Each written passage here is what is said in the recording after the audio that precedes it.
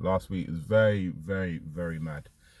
Mad, mad, mad. Oh, man. So, Tottenham didn't have a chance to disappoint me last weekend, so there are no Spurs results. Obviously, massive, massive game for us this weekend. Probably the biggest game of the lot for me. That's the first fixture I look for when the fixtures come out in the season.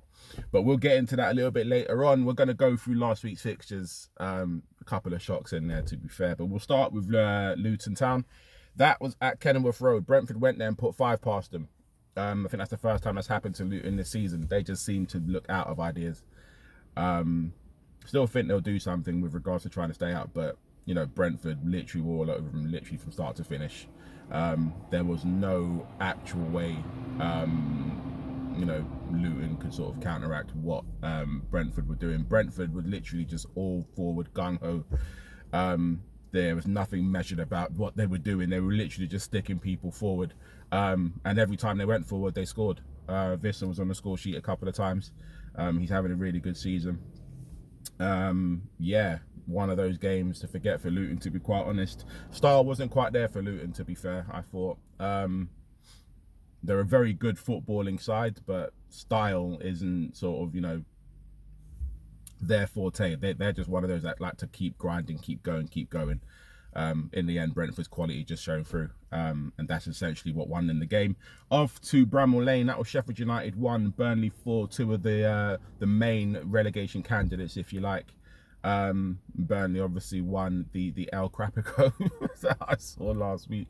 Oh man, the disrespect, that is incredible. Burnley giving himself a fighting chance. Sheffield United essentially are going to be relegated this weekend.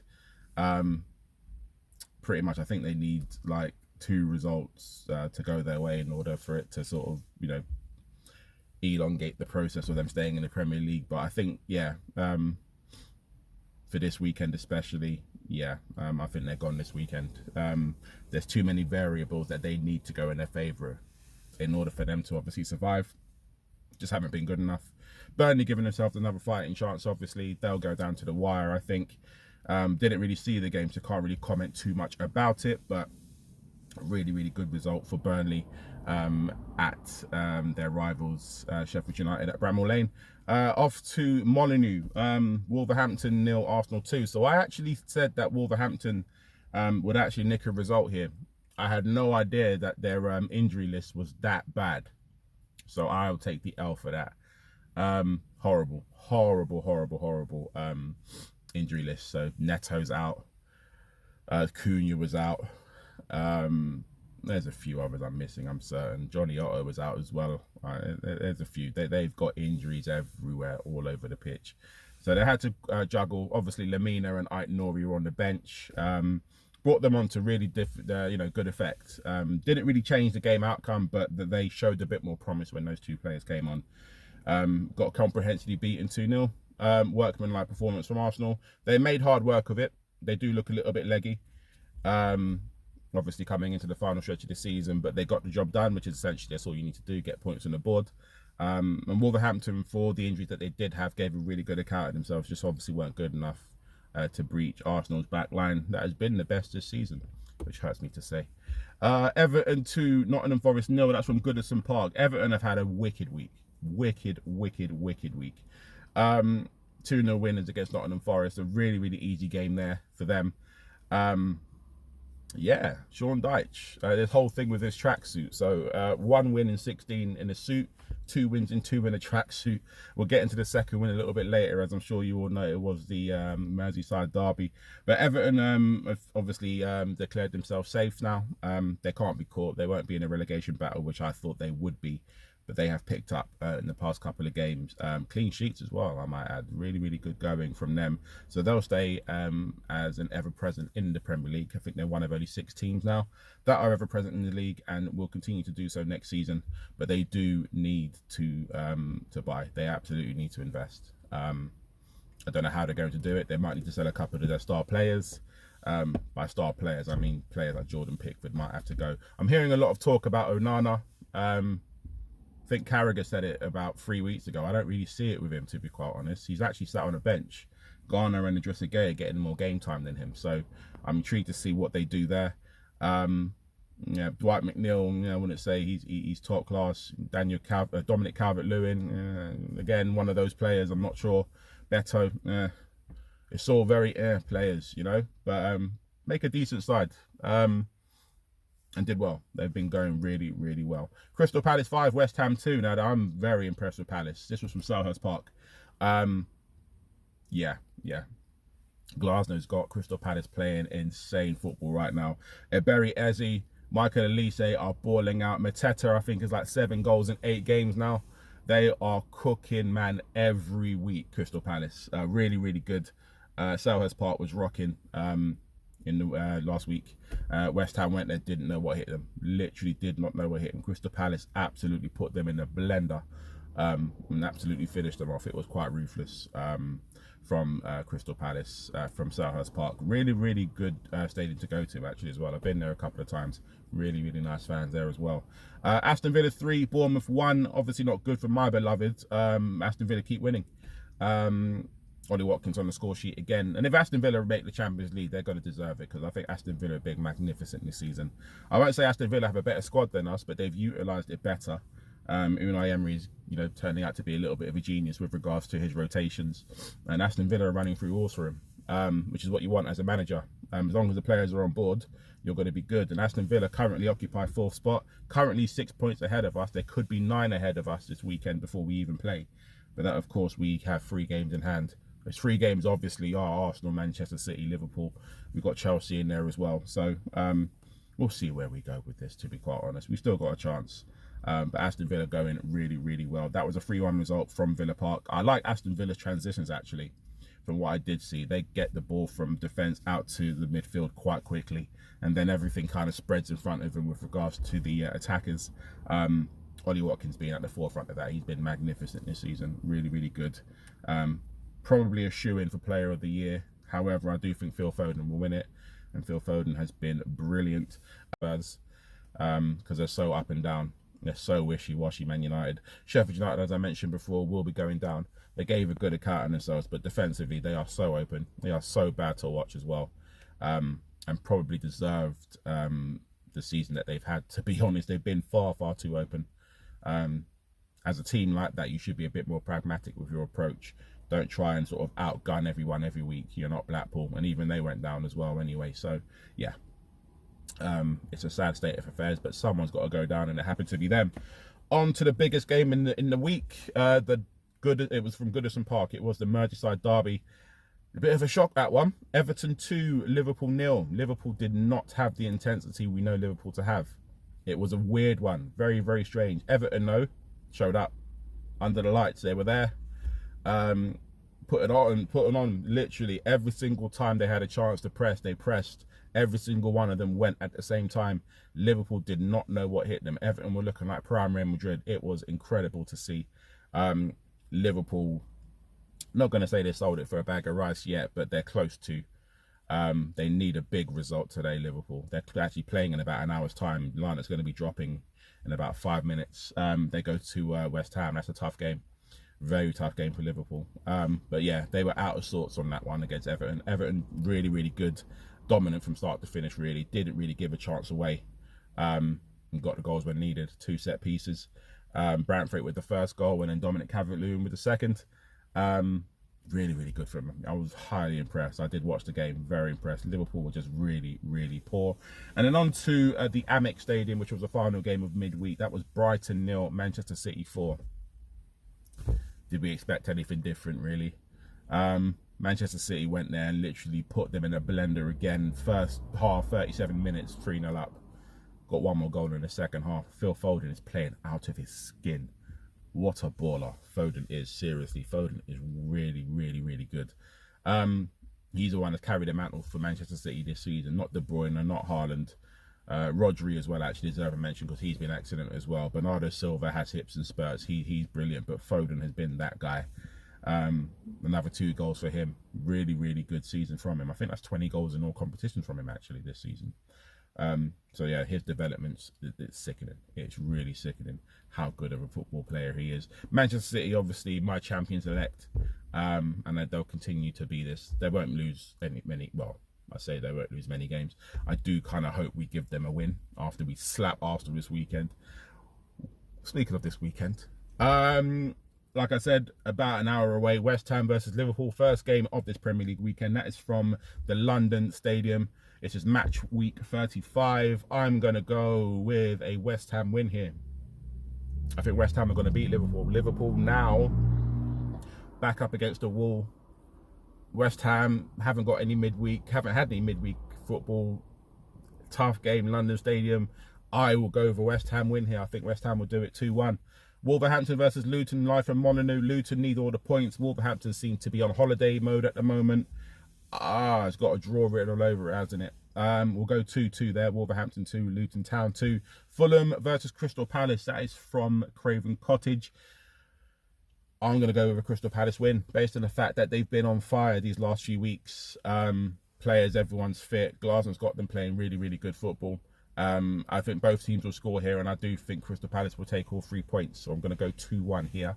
Newcastle versus Sheffield United speaks for itself. That's a Newcastle win all day for me. Sheffield United will give a good account of themselves, as they usually do. But again, at Newcastle, they'll be too open. That's from St James's Park. I'm going to go with a 3-0 win to Newcastle. Manchester United versus Burnley. Again, another intriguing game. Manchester United are chasing Spurs down. Burnley need all the points they can get. I do see both teams scoring again. I'm going to go with a Man United win 2-1, but it will be a tight game, a really tight state of affairs, that one. Everton versus Brentford, that's the late kickoff tonight. Well, we got 2 late kickoffs today, so one's at 5:30. Everton versus Brentford, that's from Goodison Park. We're going to go down the same road again. This is going to be an Everton win for me. 3 wins in 3 for the week, especially at home. Everton to win that game 2-1. Aston Villa versus Chelsea is tonight at 8 from Villa Park. After Chelsea's debacle on, when was it, Tuesday, I don't trust them to do anything, to be quite honest. Aston Villa will run out winners on that one. I'll go 2-0 to Aston Villa. Bournemouth versus Brighton, that's tomorrow. That is from the Vitality Stadium. I will go with a Bournemouth win here. We're going to go 2-1 to Bournemouth on that one. North London Derby. I'm actually at the game, so I might even take a little bit of footage for you got once I'm there. Tottenham versus Arsenal. See, it's a bit of a dilemma, catch-22. All we need to do is take points off it. We don't necessarily need to go out there to beat them. I hope we beat them. I hope we put them in a spliff. I really do.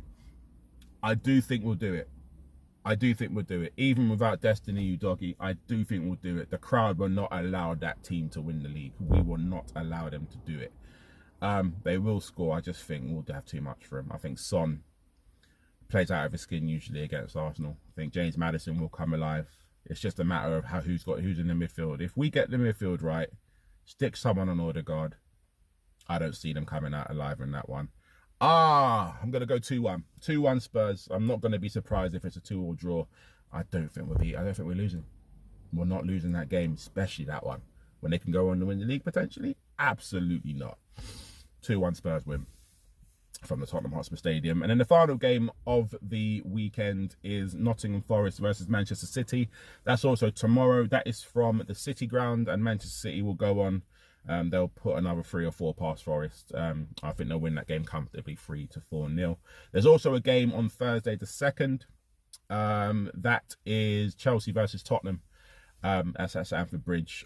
We don't travel to Stamford Bridge and win games there, to be quite honest. It's a tough one to call. I'm going to say a draw for now, hoping we obviously do get the win. I will go with a 2-2 draw at the Bridge. There's also a game on Friday the 3rd. That is Luton versus Everton. That kicks off the Premier League weekend for next week. Luton versus Everton will be the first game I speak about next week. I'll probably do a video on Thursday. But yeah, that's my roundup. Hopefully you lot have had a good week. Hope you have a better weekend. Enjoy the football you can. And I'll be back next week.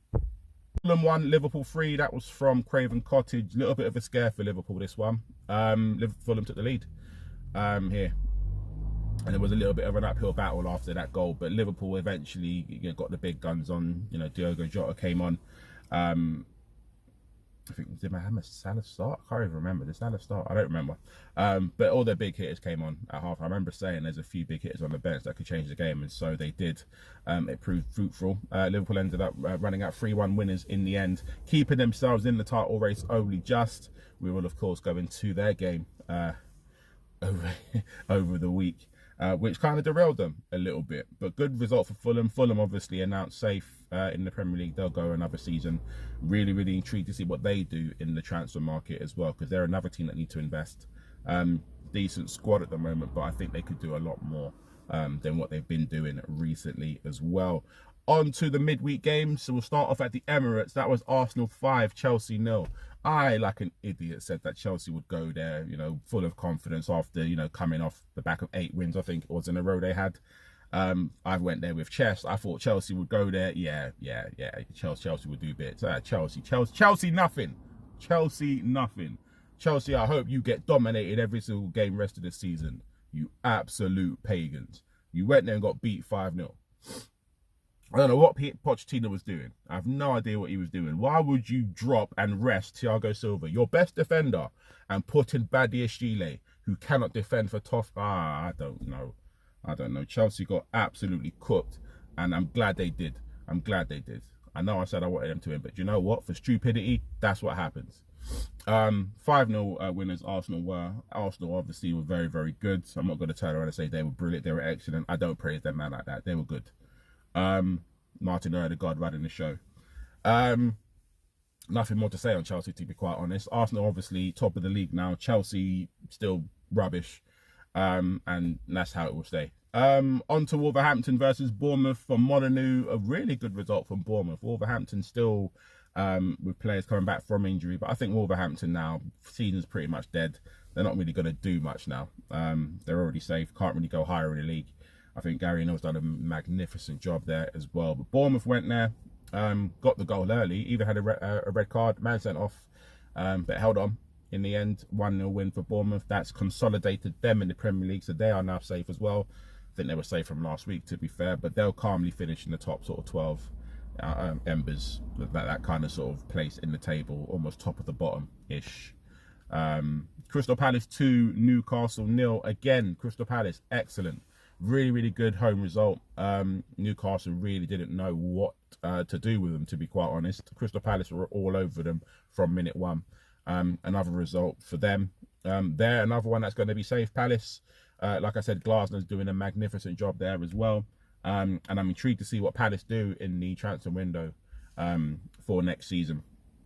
Can they keep Eberi Eze and can they keep Michael Olise? I heard that Spurs have stepped up their pursuit of Eze. I want both. Give me both Michael Olise and Eberi Eze. I'll take both of them. We need them, to be quite honest. So I hope something can be done there. Of course, mad game at Old Trafford. Manchester United 4, Sheffield United 2. In the game where Man United went down 1-0 and then 2-1. And all of a sudden, Bruno Fernandes decided to come to the party and save them. Which is what captains should do, to be quite honest with you. But no, really, really decent game for what I saw. Results-wise, good for Manchester United. Don't think it will be enough for them to obviously catch Spurs. Because they're so up and down. They're so wishy-washy, Man United. Sheffield United, as I mentioned before, will be going down. They gave a good account of themselves, but defensively, they are so open. They are so bad to watch as well. And probably deserved the season that they've had. To be honest, they've been far, far too open. As a team like that, you should be a bit more pragmatic with your approach. Don't try and sort of outgun everyone every week. You're not Blackpool, and even they went down as well anyway. So, yeah. It's a sad state of affairs, but someone's got to go down, and it happened to be them. On to the biggest game in the week. It was from Goodison Park. It was the Merseyside derby. A bit of a shock, that one. Everton 2, Liverpool 0. Liverpool did not have the intensity we know Liverpool to have. It was a weird one. Very, very strange. Everton, though, showed up under the lights. They were there. Putting on literally every single time they had a chance to press, they pressed. Every single one of them went at the same time. Liverpool did not know what hit them. Everton were looking like prime Real Madrid. It was incredible to see. Liverpool, not going to say they sold it for a bag of rice yet, but they're close to. They need a big result today, Liverpool. They're actually playing in about an hour's time. The line is going to be dropping in about 5 minutes. They go to West Ham. That's a tough game. Very tough game for Liverpool. But yeah, they were out of sorts on that one against Everton. Everton really, really good, dominant from start to finish. Really didn't really give a chance away. And got the goals when needed. 2 set pieces. Brantford with the first goal, and then Dominic Calvert-Lewin with the second. Really, really good for him. I was highly impressed. I did watch the game, very impressed. Liverpool were just really, really poor. And then on to the Amex Stadium, which was the final game of midweek. That was Brighton 0, Manchester City 4. Did we expect anything different, really? Manchester City went there and literally put them in a blender again. First half, 37 minutes, 3-0 up. Got one more goal in the second half. Phil Foden is playing out of his skin. What a baller Foden is. Seriously, Foden is really, really, really good. He's the one that's carried the mantle for Manchester City this season. Not De Bruyne, not Haaland. Rodri as well actually deserve a mention because he's been excellent as well. Bernardo Silva has hips and spurts. He's brilliant, but Foden has been that guy. Another 2 goals for him. Really, really good season from him. I think that's 20 goals in all competitions from him actually this season. So yeah, his development's it's sickening. It's really sickening how good of a football player he is. Manchester City, obviously, my champions elect, and they'll continue to be this. They won't lose many. Well, I say they won't lose many games. I do kind of hope we give them a win after we slap Arsenal this weekend. Speaking of this weekend, like I said, about an hour away, West Ham versus Liverpool, first game of this Premier League weekend. That is from the London Stadium. It's just match week 35. I'm going to go with a West Ham win here. I think West Ham are going to beat Liverpool. Liverpool now back up against the wall. West Ham haven't got any midweek, haven't had any midweek football. Tough game, London Stadium.